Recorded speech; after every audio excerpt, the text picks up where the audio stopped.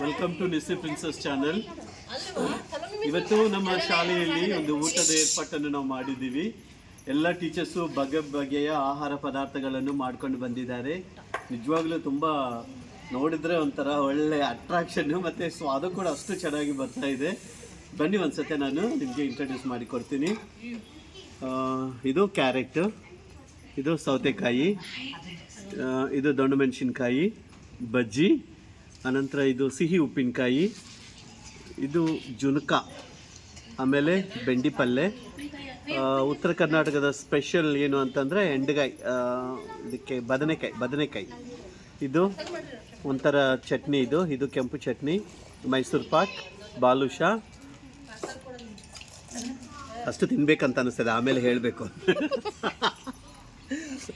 ಆನಂತರ ಇದು ಬಂದು ಮಟ್ಕಿ ಕಾಳು ಪಲ್ಯ, ಸೀರಾ, ಮೊಸರನ್ನ, ಪುಳಿಯೋಗರೆ, ವೆಜಿಟೇಬಲ್ ಪಲಾವ್. ಇದೇನಪ್ಪ ಇದು? ಶೇಂಗಾ ಚಟ್ನಿ. ಇದು ಮೆಣಸಿನ್ಕಾಯಿ, ಉತ್ತರ ಕರ್ನಾಟಕ ಮೆಣಸಿನ್ಕಾಯಿ. ಪಟ್ಟೋದಿ ಇದು.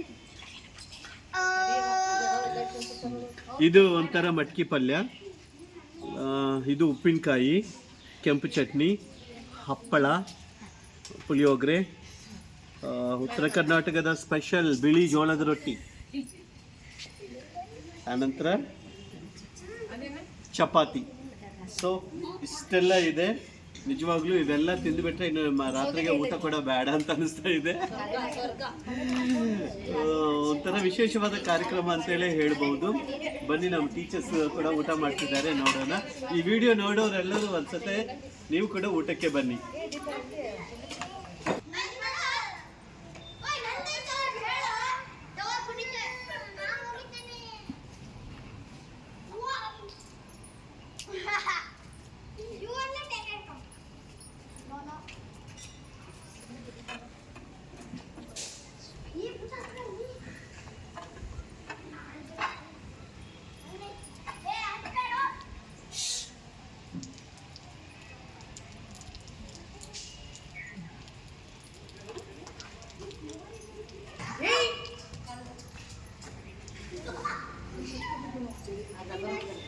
ಈ ಕಡೆ ಬರೀ ಕ್ಲಾಸಿಗೆ ಬರೀ ಒಳಗೆ.